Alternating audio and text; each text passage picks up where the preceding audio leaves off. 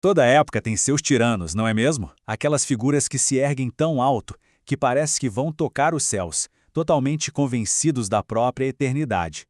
Mas a história nos ensina uma lição bem implacável.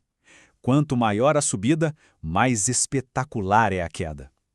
Hoje, a gente vai mergulhar fundo numa das profecias mais poderosas sobre esse tema, Isaías, capítulo 14.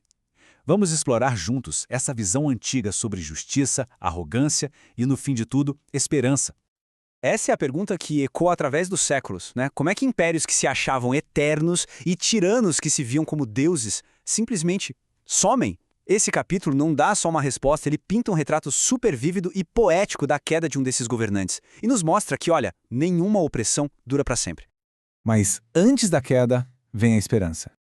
A narrativa toda começa com um facho de luz para um povo que já estava sofrendo há muito tempo sob o peso da opressão. É a promessa de libertação, de um retorno para casa. A promessa de que a servidão brutal finalmente ia ter um fim.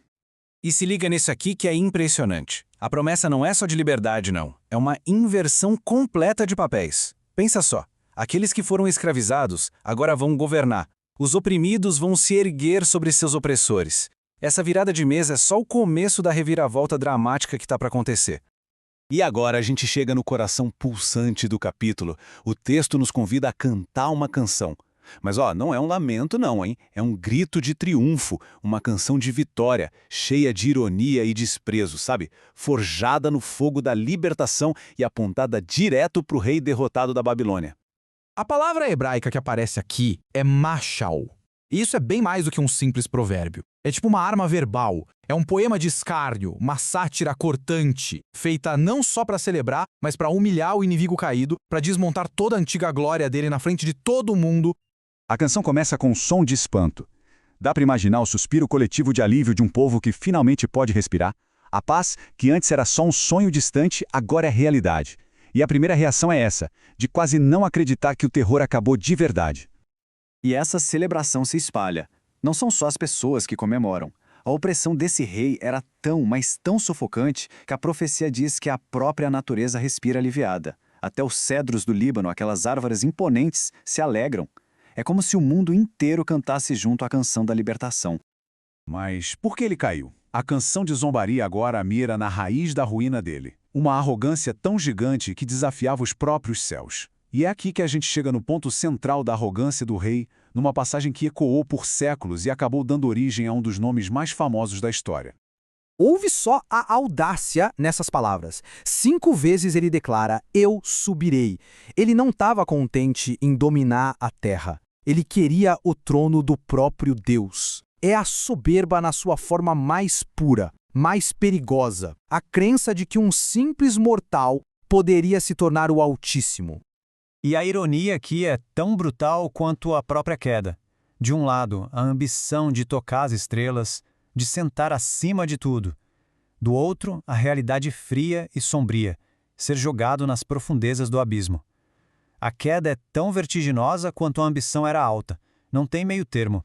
E aqui está a frase que ficou icônica. Lúcifer é, na verdade, a tradução do latim para estrela da manhã. Originalmente, não era o nome de um anjo caído. Era uma metáfora poderosa para esse rei da Babilônia. Um ser brilhante, deslumbrante em seu poder, que sofreu uma queda espetacular do seu céu de glória. É um lembrete de como as palavras viajam e ganham novos significados. Agora, a profecia nos leva para o ato final da tragédia desse rei. Se a vida dele foi marcada por uma glória que ele mesmo proclamava, a morte vai ser o oposto absoluto. A gente está prestes a ver um fim totalmente desprovido de qualquer honra. Para a realeza daquela época, um enterro digno era a afirmação final de status. Então, enquanto outros reis descansam em túmulos majestosos, esse tirano é simplesmente descartado, jogado fora como lixo, o corpo dele pisoteado na poeira. É a humilhação suprema, a negação final de toda sua glória. A humilhação é absoluta, completa. Não é só o corpo dele que é desonrado, mas o nome, a linhagem, tudo o que ele construiu, o legado inteiro dele é apagado da história, de forma sistemática, como se ele nunca tivesse existido. Mas a queda desse rei é só a primeira peça do dominó caindo. A profecia agora abre o foco, sabe? Como uma câmera se afastando para mostrar um plano muito maior. A justiça que cai sobre o tirano faz parte de um movimento divino que vai atingir nações e impérios inteiros. E o julgamento começa em casa, na Babilônia, o império que foi o motor da tirania do rei caído.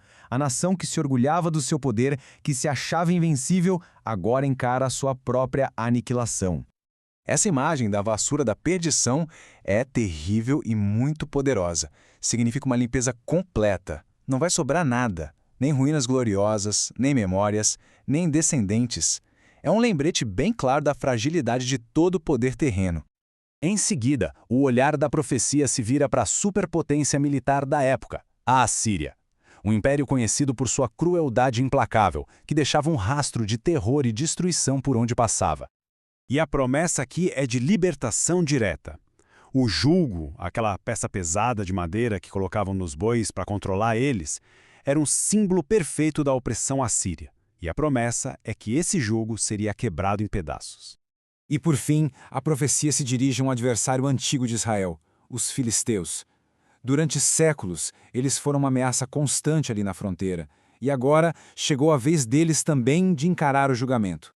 A linguagem aqui é de puro pânico. Cidades em pânico, portões uivando de desespero, a fumaça do norte é a imagem de um exército invasor chegando, um sinal de uma destruição inevitável da qual não tem como escapar. No meio de tanta destruição, zombaria e julgamento, é fácil a gente se perder. Mas essa profecia não termina em ruínas, não. Todas essas quedas e julgamentos não são o objetivo final. Eles servem a um propósito maior. Eles estão, na verdade, abrindo caminho para uma promessa de esperança. E aqui está o ponto central de tudo. O objetivo de derrubar tiranos e julgar impérios não é vingança. É criar um lugar seguro. É estabelecer um refúgio. Sião, a cidade simbólica de Deus, onde os vulneráveis, os aflitos, os oprimidos possam finalmente encontrar paz e segurança. A verdadeira justiça constrói, não apenas destrói. E essa é a questão que fica no ar, né? Essa profecia antiga nos lembra que nenhum poder opressor é eterno e que a esperança por um lugar seguro pode florescer até mesmo nas cinzas da tirania. Uma mensagem que, convenhamos, ressoa com uma força impressionante tanto hoje quanto há milhares de anos.